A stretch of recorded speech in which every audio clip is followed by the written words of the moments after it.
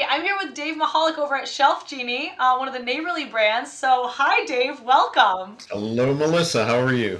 I am doing well. I'm excited to talk to you because we had a recent placement with Shelf Genie. One of our coaches brought a candidate over and he moved forward with 3 territories. So, really excited about that. But before we get into that, I wanted to give you the floor and just tell us a little bit, give a little background on how you came to Shelf Genie, how you came to Neighborly, franchising, all the good stuff. What's your origin story, Dave? Yeah, absolutely. So I'll try to keep it brief and not to bore anybody, but by degree, I'm actually a mechanical engineer with an MBA. And I ran away from the corporate world 21, 22 years ago, and I've been in franchising ever since. I've owned 2 franchises. As you personally know, I was actually a TES coach myself for a decade and enjoyed every moment of that. And since 2015, I've been on the franchise development side of things. I've been with a variety of different companies. And in June of 2020, great year to start, right? In June of 2020, I became a part of Shelf Genie as the director of franchise development. 4 months into that, I was notified by our brand president that we were being acquired by Neighborly Brands. And of course, my first thought was, oh great, what's that going to mean to me, and what's my future now? And fast forward a year and a half later, being a part of Neighborly Brands has been one of the best experiences. I mean, just not just in franchising, but as employment. What an incredible company! What they bring to the table, the passion they have for their associates, as well as all the franchise owners, and now to have this family of 17, 18 other U.S. franchises that we can partner with. So that's up to current day as to where I am and how I got here. That is a great story, and I always love hearing it because it's like you've also been in the place of I hate my job, don't like this, looking for a change, and you've actually gone through that transition in multiple different ways. And like we talk about career ownership, so you've done that, Dave. Yes, no doubt. So we love that. So, getting into a little bit about Andrew, the coach, and his client, Alan, can you just give a little bit of background on just what the experience was like and maybe start with who was the client and really where were they coming from and how did that all work with and incorporating Shelf Genie into So, ironically, Shelf Genie prior to Neighborly had not been a part of the TES inventory. And again, talk about the power of Neighborly. That's one of the things that they were able to do within the Frandev is to get us in with TES. So I started with TES. I think it was like the fall of last year. So obviously very eager to get back with some of my longtime friends. And I, got this lead earlier in the year. I think the very first thing that resonated with me about Alan and Julie Johnson, and that those are the candidates that like so many of these candidates who we work with, they had a lot of pain. And their pain was that they had a lot of family back in the Iowa area, Iowa, Illinois, and he was working in a role as a operations manager at a plant in Montana. And I'll just keep it simple and short. He was very unhappy with the company. He was very unhappy with the location. And he and his wife wanted to get back home and he didn't want to work for a company again. So you talk about career transition. And just everything about Shelf Genie seemed to resonate with him. He was a very thorough individual. I mean, he did everything he said he was going to do. And, it was almost, I hate to say it this way, but it was almost too easy with them in the sense that it just everything stayed on the narrow. And in working with Andrew, it was a great experience because sometimes when things can go easy, it's easy to become complacent. And Andrew wasn't that at all. He was constantly, as we say in the industry, fricking and fracking with me, keeping me updated. I was keeping him updated. Anytime we hit a little glitch, we'd be talking to one another. I would honestly say that toward the end, we had such a confidence in what each other was doing that even if we weren't right on it the day after, we were comfortable knowing that they were in good hands. He knew they were in good hands with me, and I knew they were in good hands with him. So it just went very, very smooth. And they are just phenomenal people and just going to be great owners in my opinion. just hearing the stories of where they're coming from, like so just we talk about it all like I talk about it all the time. We call it battered career syndrome. It's this thing that I talk about a lot, but then when you actually hear a story and there's so many of them where they're like, no, no, they actually were so unhappy in their career and looking for the way out, and then this happened. And was this something that they thought of prior to meeting you and Andrew? I don't think they looked at it from a serious standpoint. I think they kind of dabbled in it and thought about a business, and they may have looked at something previously. But, that's kind of the credit to Andrew. I think that he got them interested in keeping their options open and exploring franchising as a career option. Like I said, Alan was the kind of guy that he did what he said he was going to do, and he worked with Andrew. He got presented options, and he had the validation calls, and he learned about it. So, I think that they're a real walking proof of keeping an open mind is, you just never know what you're going to get. You say, they were so easy, and maybe they were just, great people to work with, but I think you don't give yourself and Andrew enough credit, because without you guys having that back and forth, which is so important, and really staying in touch with the client and like in tandem, that easily could have, like you said, where you become complacent, or, those clients were great, but without you and Andrew, they could have just been like, you know what, meh, let's just kind of stay over here. But you guys were able to really help that. So I'm just saying, don't downplay your role here. Certainly appreciate the kind words, and I guess maybe a better way to say it is that, when we work with candidates, we work with a wide array of personalities. And I guess a better way to say it with regard to Alan was that throughout his validation and throughout his due diligence, he knew that he was not going to hear everything was perfect. In fact, I will tell you this as an insight, he did 14 validation calls with our owners, okay? And he heard a wide variety of things.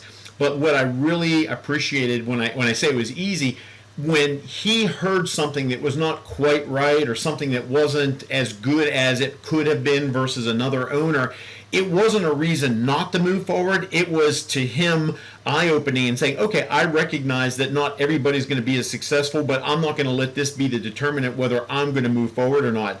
And I think we all know, and this is the tough part, when I say they're easy, this is what makes a candidate tough, is when they're always looking for a reason not to do something, or they're finding a reason to get out of it, or trying to poke a hole in it. And that's not keeping your mind open, that's not keeping your options open. So when he heard these things and he saw these things, he just accepted it and understood it. And if anything, he really appreciated, being able to hear the variety. It wasn't like it was all sugar coated, and I think that went a long way. And I again, credit Alan with that mind process. Love it. And it's funny because that's something that comes up a lot in the other conversations that I have with coaches or with other franchisors, is this mindset piece of it and that open mind. Because without it, like you said, there's really, you kind of come up against a wall there where it's hard to get past certain things and get through to, okay, business ownership through franchising. That's really what I'm looking at. And so the open mind piece of it is really key, is what it sounds like. So what's something that really resonated with Alan and Julie about Shelf Genie that made them say, you know what, we're going to move forward with not just one, but 3 territories? And I like to ask this because every client is different, and there's something that resonates with them about a brand. You could be talking about a different franchisee, same brand, and it's going to be something else. So anyways, I always like to ask, because you see these clients coming from these different backgrounds. So yeah, what is it that really resonated with them and drew them to Shelf Genie? Yeah, I think it really kind of came down to 2 things. You'd mentioned the 3 territories. Shelf Genie as a whole, and we can talk more about this later, we're a multi-territory opportunity as it is. I mean, in our system, we have 56 franchises operating 279 territories. So that's an average of about 5 territories per owner. So this is really a big picture enterprise building opportunity. And for new owners, we typically award 2, 3, or 4 territories. So I think the first thing that resonated with Alan is he was definitely looking for something that he could build an enterprise with. In fact, late in our conversations, he was talking about 3 territories, 2 of them in eastern Iowa and 1 in western Illinois on the other side of the river. They're all contiguous, but he's talking long term as far as going into Rockford, Illinois, and further into Illinois and further into Iowa. So I think just that scalability piece and knowing what the Shelf Genie business model would really allow him to build a large enterprise in the long term was really appealing to him. But I think the other thing too, and this is what so few people understand about Shelf Genie, is yes, we are in kitchen solutions and bath solutions and pantry solutions for storage, but we are not the kind of company who goes along with a catalog and a laptop and says, yeah, we can put this over here, we can put that over here, we can put this up here. That's not it at all. When a designer goes into a home and does a design consultation, it's very personalized. It's very intimate to the homeowner. The homeowner is very specifically involved in the design of their kitchen, their bath, their pantry, how they want to both live and work in it. Some of these design consultations are easily 2 hours, and it's because we spend so much time with the customer. And it all comes back to, in Shelf Genie, we specifically state this, we have a noble purpose. And our tagline is, we turn frustration and pain into enjoyment and love.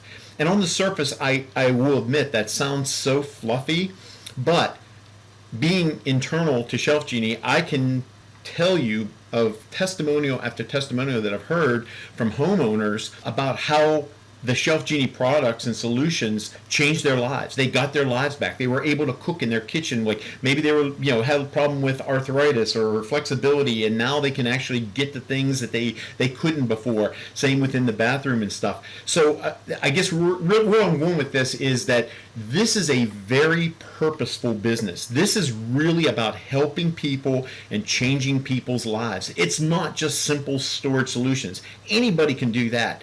But the way Shelf Genie does it, it is so purposeful.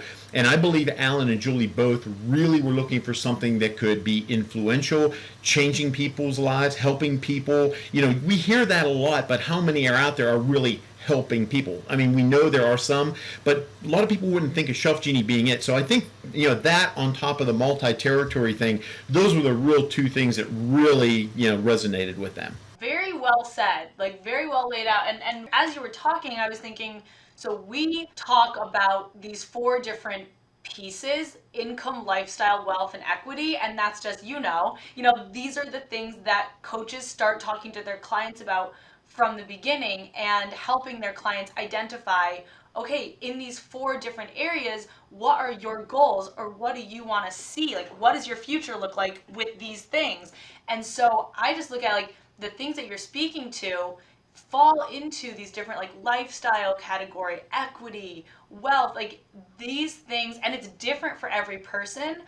But it's just really interesting to hear, the scalability and enterprise empire building mindset that kind of builds into some of those things. And then the lifestyle piece, and it's interesting because I think so many people, and I'm talking about clients now, these candidates who are looking at these different opportunities, I don't think that they realize just how important it is to impact other people's lives and be able to change those lives. And then once they find something like Shelf Genie where they can do that, like you said, it's kind of that one of those 2 major pieces that really spoke to them. No, you're right. And let me piggyback on what you just said, because this is a piece of it too that I didn't share, and I'm sure it resonated with Alan and Julie as well, is the Shelf Genie business model, and people see this when they go through the due diligence. It is such a simplistic business model. Now I want to be clear. I'm not saying it's easy. Owning no business is easy, but what I mean by simplistic is it has very few moving parts.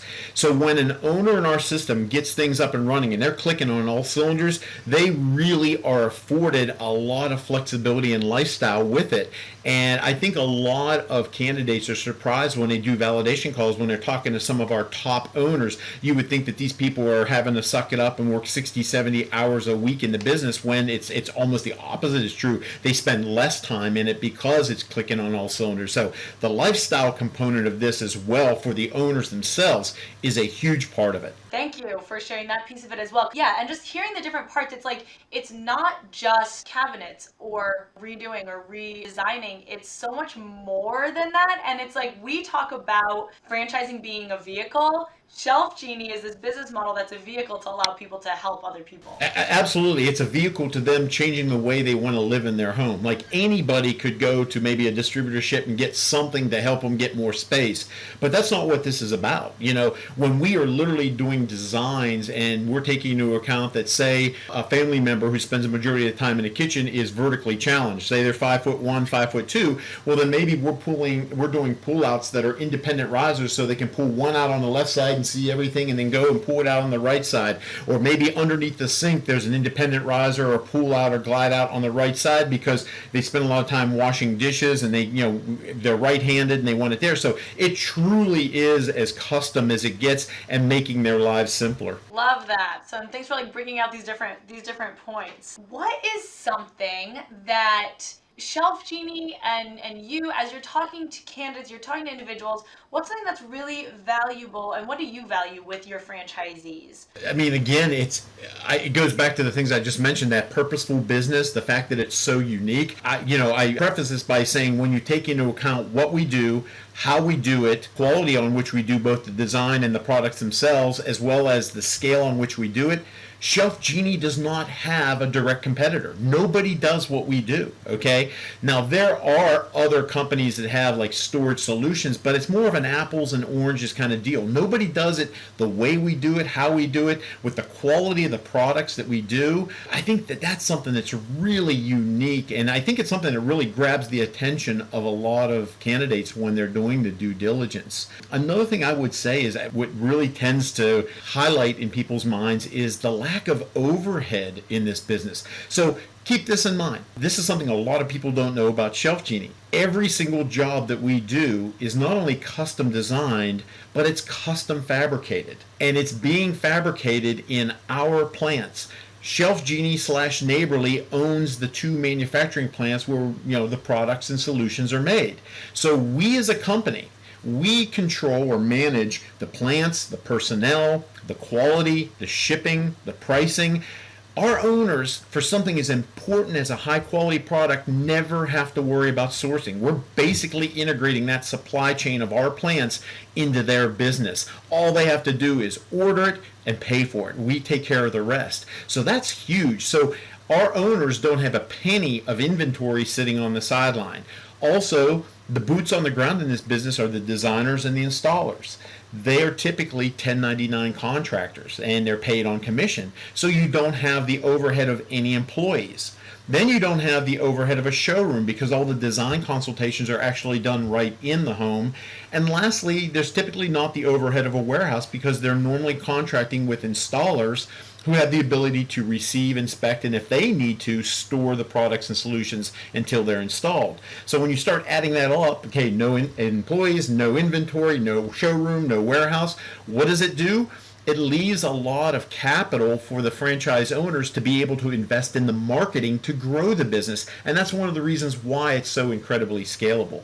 You've provided quite a few things about Shelf Genie that surprises franchisees or candidates that they didn't realize. So, you talked about kind of this from start to finish. It's all within Shelf Genie. That whole scalability piece. There's just so many things that once someone starts to talk to you, starts to understand the model and what it looks like, there's all these pieces that kind of probably check off boxes they didn't realize they had. I'm so glad you said it that way because I'm just going to tell you a little personal anecdote. When I was looking for my next opportunity and I was, I'll say, just interviewing, I professionally and personally had a lot of boxes that I needed to check. And I'm so glad you said it the way you did because I've said this many times. When I met with Shelf Genie and I went through everything, the business model and how it was, they were checking boxes I didn't even know I had. And when I was getting excited about it as a potential director of franchise development, all I could think is, how excited are candidates going to get about this as well? So that was a big aha moment for me as far as I want to be a part of this because I can't wait to share this with candidates and they're going to get excited about it. Just like hearing, on your side being so excited to be able to introduce this to people who didn't know about it and then they can get excited about it. Like talking to you, I'm like, oh my gosh. And here's the other side of it too, Melissa. Going back to, like I said, when I was once a TES coach, which I really and truly attribute to so much of my franchise success because I learned so much about franchising during that time, I got a really good understanding as to what candidates are really looking for when it comes to their next chapter. What gets them excited? What engages them? What makes them want to move forward?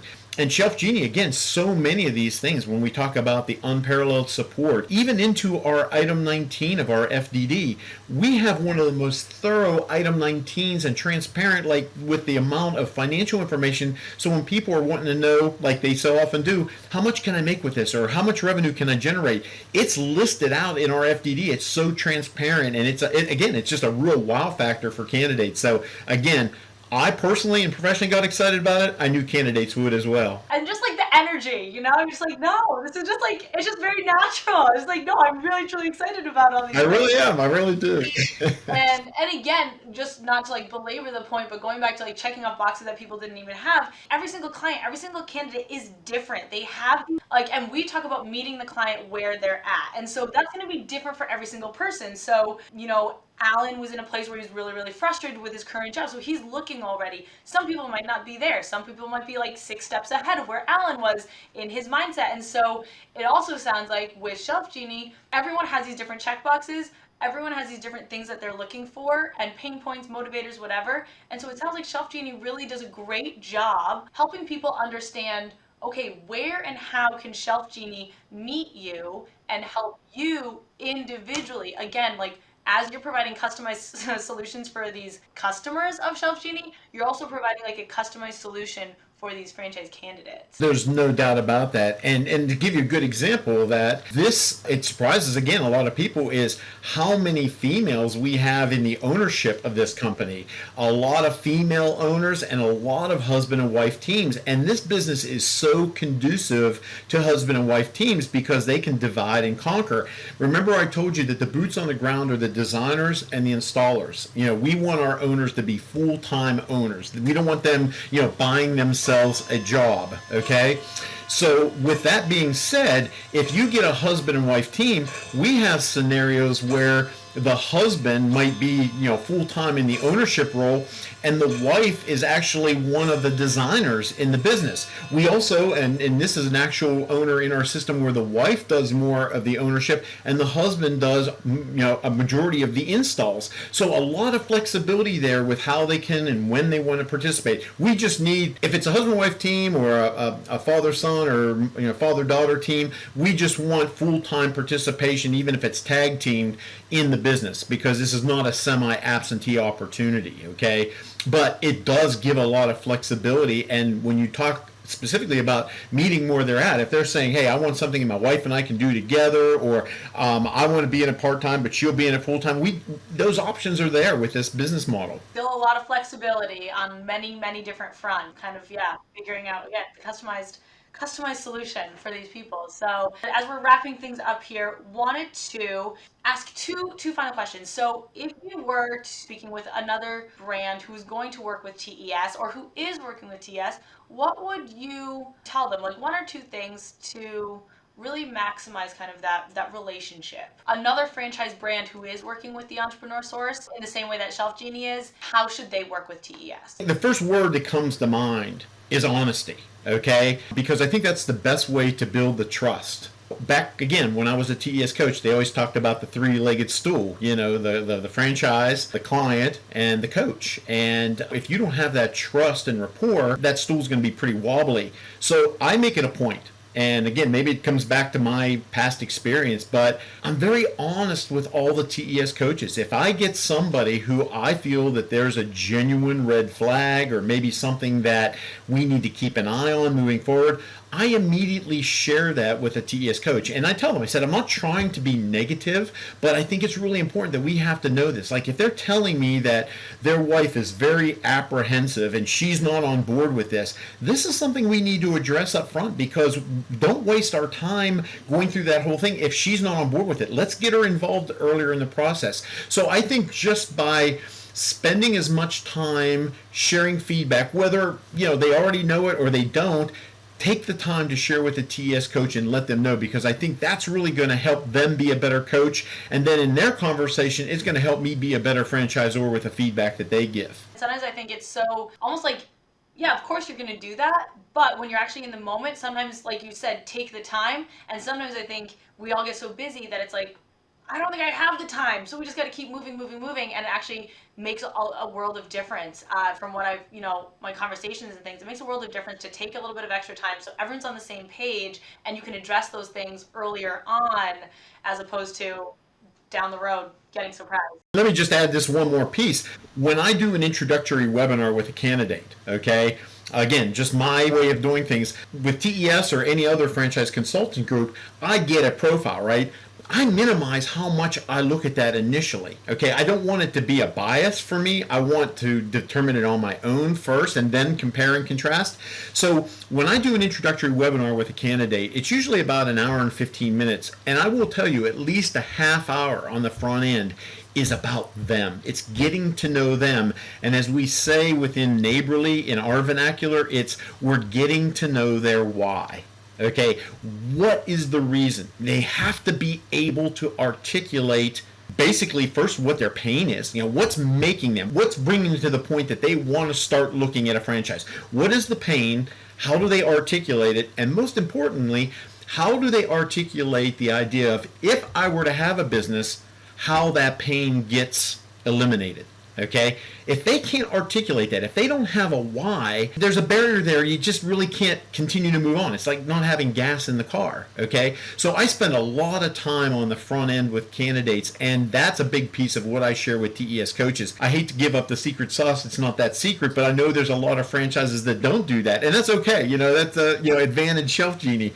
But it's because, not just because we have to, but we want to. We want to know about these people. What's their why?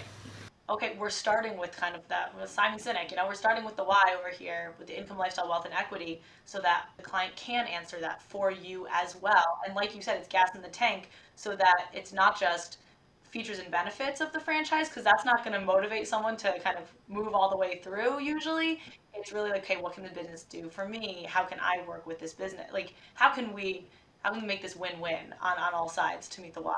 And then, final question here, Dave, is a much bigger picture here in terms of franchising. And so, when it comes to franchising and the industry, what would you say to someone looking at franchising? And again, it doesn't have to be a candidate, just in general, someone who doesn't fully understand or hasn't fully been immersed in franchising like we have. I love franchising, I talk about it all the time. Not everyone has that same perspective. So, what would you say to someone who's maybe a little skeptical or has questions or doesn't completely understand what franchising is and what it can do? What would you say to that? Yeah, that's almost a really easy one to answer because I've lived it for 2 decades, right? I think at a high level start, I would say this. I think we all would agree that for somebody that doesn't know a lot about franchising or very little, the first thing they think of are the traditional fast foods. So I always tell people, when you're thinking about franchising, you go down the street and you might see 10 to 20 opportunities. I go down the street, in my experience, and I see 100 to 200. It's just, there's a bigger world underneath that surface than you realize. So keep that in mind, number one. Number two is realize how many professionals that honestly have no past or previous experience with the product or service in the franchise they're in and are successful. Okay, and I always said this when I was a coach, it doesn't make a difference if it's a GED or PhD. When you go into the world of franchising, it's a level playing field. It doesn't make a difference. I mean, yeah, you might bring some qualities and some experience with you, but in the end, it's about fitting the system and following the system. So, again, if you kind of plug and play and understand that piece of it, you have a lot more options than you would even consider. And then I guess the third thing would be this. This is going back to my original franchise where I was in direct mail advertising, and I called on a lot of small businesses in and around my immediate area. And I would see a lot of independent businesses that failed. Okay, and the reason they failed is that they literally, when they launched their business, they weren't really launching it. They were launching it, but they were still taking the first year in capital or more to figure it out. With the franchise system, if you find the right opportunity and you find the right franchise with the right support system, when you clip that grand opening ribbon, you are launching your business. You're ready to go, and you have that ongoing support. Never forget about the brethren of other owners in the system that you can share best practices with. Never forget about what the company brings, and don't be afraid to ask questions. And that's something I'm really proud of at Shelf Genie, because we've got so many internal resources to support our franchise owners. So when you add all those things up from the outside and somebody that's not familiar with it, I think that's enough to at least get them to start thinking about it and considering an option and working with a coach to look at some options that they may not have thought of otherwise. I just love spreading the message about franchising because you've seen it. It changes people's lives. It impacts people in a way that people don't actually realize. So thank you for sharing. Thanks, Dave, for taking some time with me today. This was absolutely a joy. Well, thank you. I appreciate the time.